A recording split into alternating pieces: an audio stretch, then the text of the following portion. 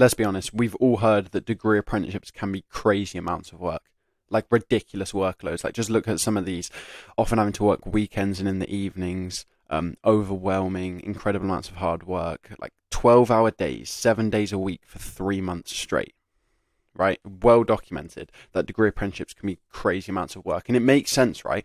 Because a degree apprenticeship is doing a degree whilst doing a full-time job at the same time. Right? And I know people in university, like people doing degrees, just going to university, doing a normal degree, they themselves are overwhelmed by work, having to do assignments, revision on evenings and weekends. We've got a 40-hour, or maybe 37 and like a half if you're lucky, right? But we've got a full-time job on top of that degree, okay? Which is why the workload, you see things like this. If you want to read like more of these, you can just pause the video and read them in full. But you can see posts like these online. Just have a Google of people saying how much work the degree apprenticeship is, and they're having to work on weekends, evenings, like adding 8 hours a week on top of your normal work just to study, right? But I've had a very different experience, okay? So this is what it's been like for me in my degree apprenticeship. So I've received 2 pay rises in my first year as a degree apprentice, and I've become a key member of my team despite starting with zero knowledge. I'm doing an engineering apprenticeship. In school, we never taught engineering. This is my first time doing engineering, but I've managed to become a key member of the team. I'll tell you a story actually. It's this third one. This happened about 1.5 weeks ago. I've been kept on a project after the project director replaced every other person on my level with cheaper employees from India. Right? So the project director was obviously trying to fit to a budget and was trying to basically get all the people at my level, like lower level, because I'm a degree apprentice, as I say, trying to get it from cheaper employees in India. And I was like the only one left. He was going to replace me. And on the call, he said, right, can we get Owen off and get someone from India in? And that's when 2 other people actually jumped in, and they came and backed me up, and they were like, no, we need Owen. He's really good. We need to do this. We need to keep him on the project. So I get kept on the project, right? And by the way, I'm not like bragging about anything about all of this. I'm not just doing it for no reason. I'm just showing you what's possible with degree apprenticeship. I'm just showing you that like it doesn't have to be all of this workload overwhelming. It can be this, because the final one there is I've done zero work outside of working hours or university days. Okay, those are the results I've had personally in my degree apprenticeship.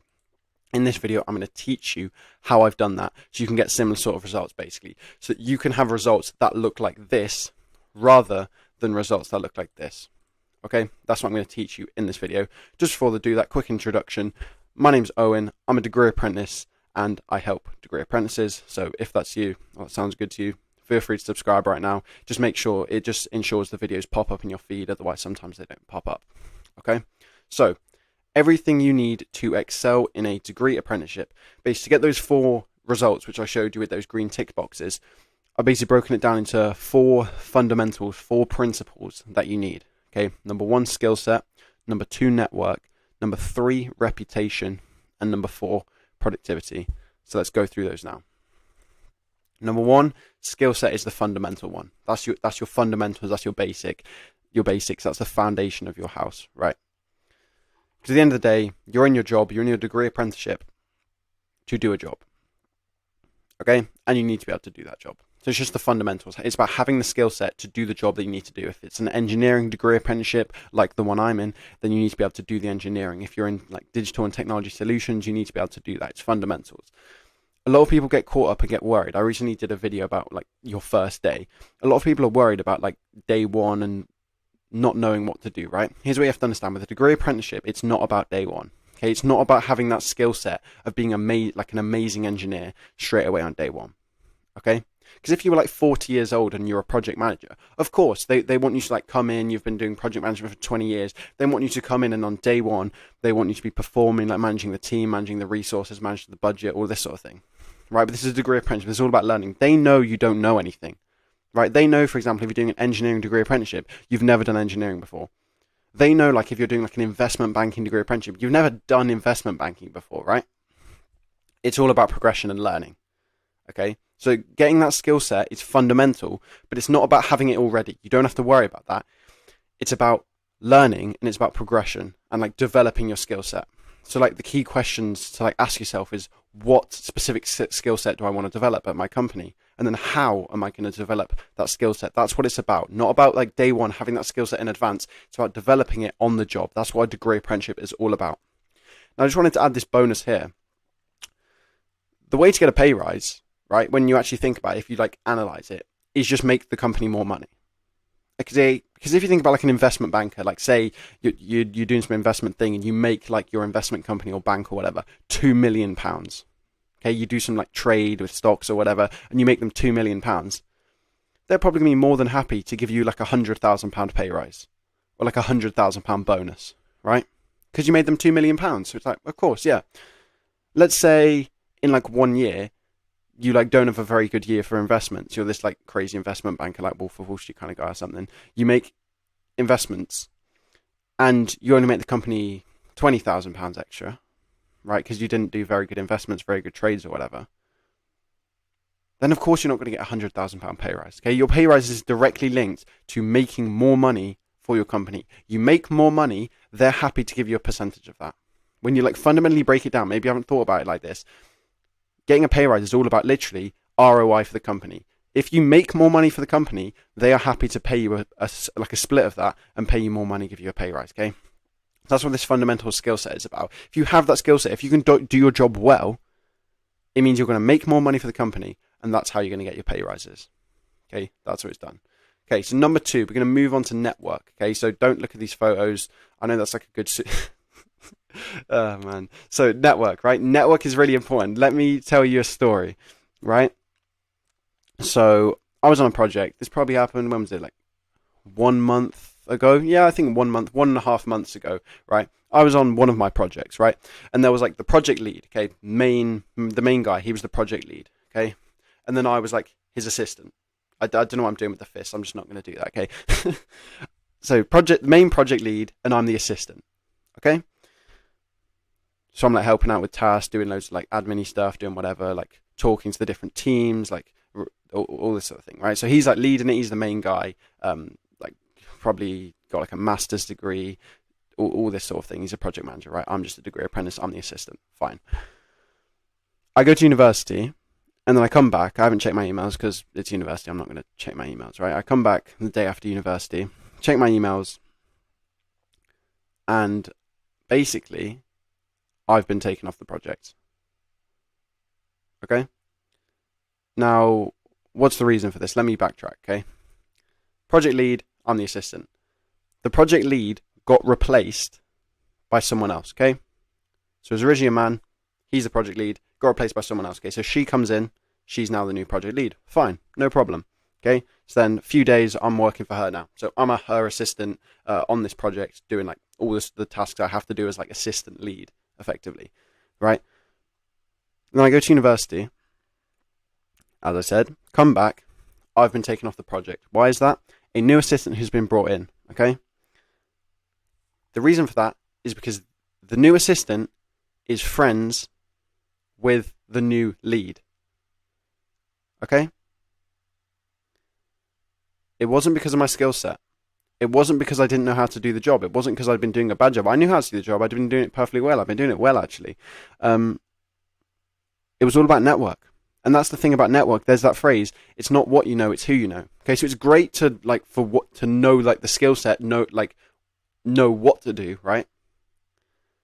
But it means nothing if you don't have the network. So I had the skill set, but I didn't have the network in this occasion, right? Because these two people had a close network. They were like friendly, right?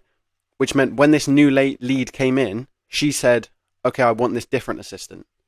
She didn't want me. It wasn't because of my skill set. It was literally because I didn't have that network there. Okay, that is the power of network. I hope that story explains to you why, yes, you can have the skill set, be the best person possible, but if you don't have the network, it means nothing, right? Because it's about who you know. So on top of that, it's like that story there. But then also, if you have a bigger network, you're just going to get more work. Okay, so for example, I know people from different offices in the UK, and they just send me work because they know I'm going to be able to do it well and to a high quality, right? So I have that skill set. I can do it well and to a high quality, but I'm only going to be able to get that work when I have a high quality network. Right, so genuinely, building that network is super important. I want to emphasize that. It's super important because that's how you get opportunities. That's how you get on projects. That's how you get more work. And again, it's that if you make more work, if you do more work, you're going to make more money for the company and you're going to be more likely to get a pay rise. Simple as that. right? If you do more work, and you're going to get more work by having a network. Okay, now you can look at these photos. Like, if you haven't even been listening to me, then just skip back like 2 minutes and start listening to me. But these are like, I was at a networking event, and there was like a photographer going around just saying some, like, taking photos and stuff. So that's, yeah, nice handshake. And this guy's like 6'6" or like 6'10" or something. Like, I promise I'm not actually like 5'1". Okay, this guy is super tall. I promise he's like 7 foot. So I know it looks bad, but trust me, this guy's tall. I'm not 5'1", guys. I promise.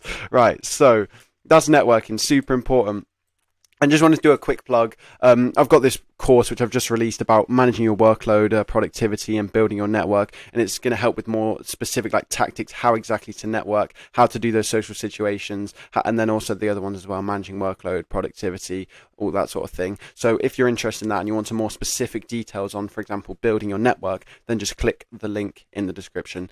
Now let's move on to the next one, which is reputation. Okay, and I'm going to make that smaller actually. So reputation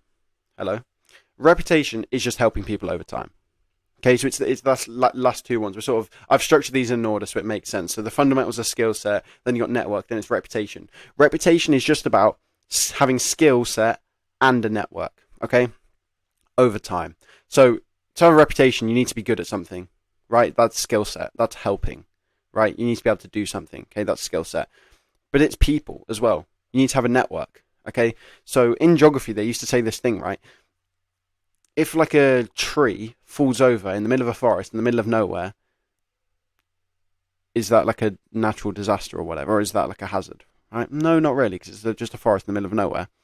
But say like there's this massive 200-year-old oak tree that falls over and lands on like a school classroom roof, and like smashes through, like maybe it's like a glass ceiling, smashes through the ceiling into the class. Like, this is a bit of a graphic image now. That I just thought about this on the top of my head. That's a bit graphic. Don't arrest me, I promise. Right, the tree falls down onto like the classroom and starts crushing desks. Yes, that's a natural hazard. Okay, people are getting injured or dying.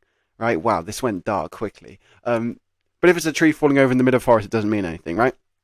It's the same with reputation, right? You can have this skill set, but if you don't have the network to help people, it's sort of irrelevant. Okay, so you need to help people, and then it's over time. That's the key part of reputation. This is about doing it over time. Okay, with reputation, it's hard to win and easy to lose.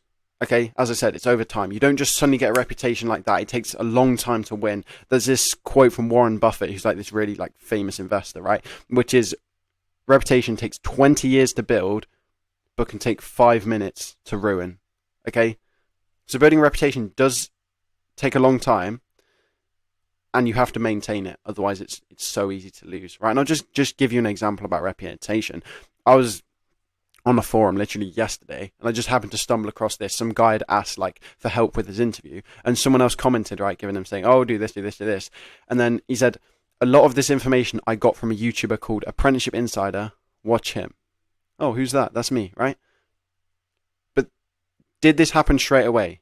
Did this would like comments like this being posted 1 week after I started on YouTube? No, right? It happened like 6 months, 7 months, 8 months, whatever, after I started. By that time, that's when I have the reputation, okay? It's over time, it's hard to win, and then once you got it, you have to maintain it. So it's like now I have the reputation, but it's taken a long way to get there. I didn't just get it in 1 or 2 days. It was like months of helping people get offers, because I helped loads of people get degree apprenticeships over the past couple of months. I got people offers from like JLR, Amazon, KPMG, HSBC, all that sort of thing. So now that I have that reputation, so I just wanted to use that as an example for you about reputation. It's that same sort of thing. If in the workplace you can build that reputation, that's really going to help you excel in your degree apprenticeship. Okay, so remember that story I said at the very start, okay, about how I was going to get replaced by someone from India, like a cheaper employee, but then, like, I didn't. The reason for that was because on that call, 2 people jumped in, and they said, "No, we need Owen, he's really good. We need to keep him. I want to keep him." That's reputation right there. If I didn't have a reputation for being good and doing my job, right, then no one would have cared, and they would have just, yep, fine, got rid of me. I would have been off the project. Someone else from like some cheaper employee from India would have done it, and I would have been without projects. And then without that project, I wouldn't have had the work to do, which meant I would be making less money for the organization, which means I'm less likely to get a pay rise because I'm not making money for the organization. So why would they pay me more? Right? See, it's all linked: skill set, network, reputation. Okay. But because I had that reputation, 2 separate people literally came on against the project director, like the highest guy in the whole project, and like backed me up and said, no, we actually need him. And then listed like the reasons they wanted me. Right? Reputation is super important. And just another quick plug in the course, which is in the description. I'm going to mention it a few times in this video, just because I genuinely think like it's a really good course. So I just genuinely want to help you. I talk a lot about like what to do to specifically build up that reputation. Okay, so if you're interested in that, go and check out that in the description. Okay, I don't know why that's there. I think that must this slide must have been left here from something else. So we're just gonna move on. That's a nice photo of me and Donald Duck, I guess. So let's just move. Let's just move on from that. Right. So moving on to the 4th one, which is productivity. Okay. So remember we said at the start, degree apprenticeships are a huge workload because you're doing a full-time job and you're doing a degree, right? Yeah, that's true. I'm not going to disagree with that. Okay. There is a huge workload. I've had a huge workload, right? So it's all about how fast can you get it done. Like let's go back to like year 3, I don't know, year 4, year 2, whatever. I don't even know when you learn this stuff, like maths or physics or whatever, right? Science, okay? Key stage 3, GCSE bite-sized sort of thing, right? Speed equation. Speed is distance over time, okay? So if you want to get somewhere like a long distance in a short amount of time, you got to go fast. Okay, so think about like, I don't know, HS2, right? HS2 is distance, it's a long way, Birmingham to London. Like if you walked that, it'd probably take you like 10 days or something, right? And if you want to get there fast, like time, then you have to increase your speed, right? So it's like the HS2 speed trains. That's why they're called high speed, because they're going to go fast, because they have to go a long distance in a short amount of time. It's the exact same with workload. Imagine this equation is to do with workload. The distance, but instead of distance, it's like the amount of tasks you have to do. If you want to do a lot of tasks in a short amount of time, you have to increase your speed. In other words, you need to increase your productivity, okay? That is thing number 4, to be successful in your degree apprenticeship and not have to spend your evenings and weekends. Remember, I haven't had to do anything outside of working hours or outside of university days. Okay, so there's no like evening where I've done my 40 hours of work, I've done the whole of that, I come home and then I have to like study for 2 or 3 hours in the evening. That has not happened. Okay, similarly, I've never had to wake up on a Saturday or a Sunday, like my weekend, and start doing university work, like some assignments or something. I don't do that. It all gets done during working hours and university days, which means I can leave my evenings and weekends free. And the way I do that is through productivity. That's what it's about. It's just increasing the speed that you get work done. It basically means I can get it all done during work hours because I can work faster than other people. Like I know other apprentices in my company and on my course who are having to do things in the evenings and weekends. I don't. The reason for that is simply because I have better productivity than them. I have better speed of working. I can get things done faster than them. They might take, like, say they need to do something and it takes them 4 hours. Like, you know what? 8-hour day. Say they have a task which takes them 8 hours, but they need to do 2 hours studying. That means they have to spend their 8-hour workday doing that task, and the 2 hours studying has to be in the evening. This is how I do it. If I need to do 2 hours studying and I have an 8-hour task, I have a better productivity than them. So I'll do the 8-hour task in 6 hours, and then I'll just do the 2 hours in working hours. And that means my evening's free. So it's all about your productivity and how fast you can do it. And a lot of that as well is like scheduling and like timetables and like how you do tasks, what your environment is, and all that sort of thing, right? And this is another thing which I'm going to cover in my course, by the way, is productivity. This is a key part of it because this is one of the key parts of managing workload and degree apprenticeship. Like if you just change one thing and it's productivity, that could completely change how much work you have to do in the evenings and weekends. Without productivity, you're going to be overloaded. With productivity, you can do what I do, which is get it all done during working hours and university days, which means you don't have to do any in your evenings and weekends. I cover that in the course. So if you're interested in knowing, if you basically are interested, if you enjoy your free time and you like having weekends and evenings where you don't have to sit down and revise and do assignments and write essays you don't care about, then the course is for you. I think that's the best way of explaining it. If you actually enjoy your free time, then it'd be useful for you to learn productivity, so you can check that out in the description. So, there we go. In this video, we've covered everything you need to excel in degree apprenticeship. Okay, so we've covered these 4 principles: skill set, network, reputation, productivity. And these 4 things are going to correlate directly with those results that I've had. They do. So received 2 pay rises in my first year as a degree apprentice. It's because I had the skill set that I could do my job and I do it well. I became a key member of my team despite starting with 0 knowledge. Okay, that's because I had a network, which means I could become a key member of the team, right? Because there was a team to be a key part of it. It meant people could send me work and I'm like useful and I can help people because people actually know me. Network is so crucial, right? This story again about being kept on the project rather than being replaced with like cheaper employees. That's because I had the reputation. I had the reputation of doing things so well that 2 people had to come onto the call and back me up. And then finally, doing 0 work outside of working hours or university days, it's because of my productivity. Okay?